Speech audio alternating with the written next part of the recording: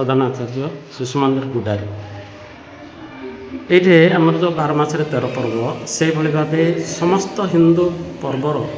परंपरा और संस्कृति अनुसार पालन कर जो वैदेशिक संस्कृति बोलिक कहुच्छे आसिक प्रवेश कर समस्त मनरे से धारणाटा रही जाऊँ किंतु जदि प्रेम करवा आज भली दिन में फेब्रुआरी 14 तारीख भैलेंटाइन डे जो कहते प्रेम दिवस जदि प्रेम करवा जदि भरोसा करवा जदि भल पाइबा बापा माँ को कहीं भल पाइबा नहीं गुरुजन को कहीं भल पाइबा नहीं से पाश्चात्य संस्कृति को पुनरुद्धार कर समस्त पाख से संस्कारक्षम वातावरण प्रस्फुटित करवा समस्त मन में आध्यात्मिक चिंताधारा आनिबा आम शिशु मंदिर संपूर्ण भाव से लक्ष्य अच्छी से मातृपितृ पूजन दिवस पालन कर विशेष धन्यवाद जो मैंने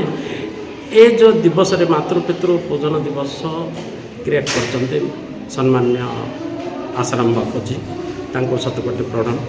तो यही कार्यक्रम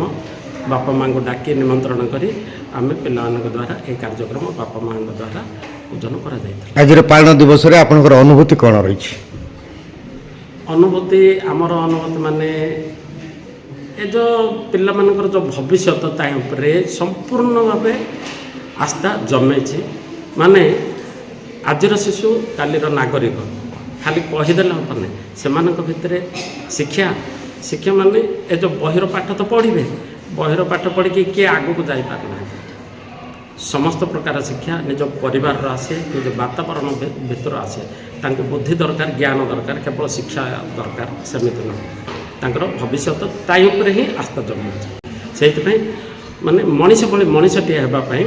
ये सब आवश्यक। तो नारायण सावत संत श्री आसाराम जी बापूंकर शिष्य प्रथम संघर्ष टीवी परिवार बापूजी साधक परिवार तरफ धन्यवाद आ सप्रेम हरिओम। आज हूँ फेब्रुआरी 14 विदेशी संस्कृति द्वारा प्रभावित होगी भारतर युवक युवती माने आज दिवस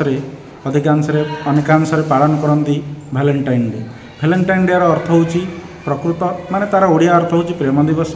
किंतु से जो भैलेंटाइन डे प्रभाव प्रभावित होई भारतीय युवक युवती माने पतनाभिमुखी होती उपयुक्त मार्ग देखापी भारत को विश्वगुरु बनवाई पूज्य संत श्री आसाराम जी बापू 2007 मसीहा ठारू फेब्रुआरी 14 को प्रकृत प्रेम दिवस रूपे मातृपितृ पूजन दिवस रूपे पालन करने से निर्देश देइचंदी। तांकर गुरुजींकर पवित्र प्रेरणारू भारतवर्ष तथा विदेश प्रतिवर्ष फेब्रुआरी 14 तारीख को मातृपितृ पूजन दिवस रूप भव्य रूप से पालित हो आसुअछि। एठी भी आज सरस्वती शिशु विद्या मंदिर गुडारी ठारे अनुष्ठित होइतिला।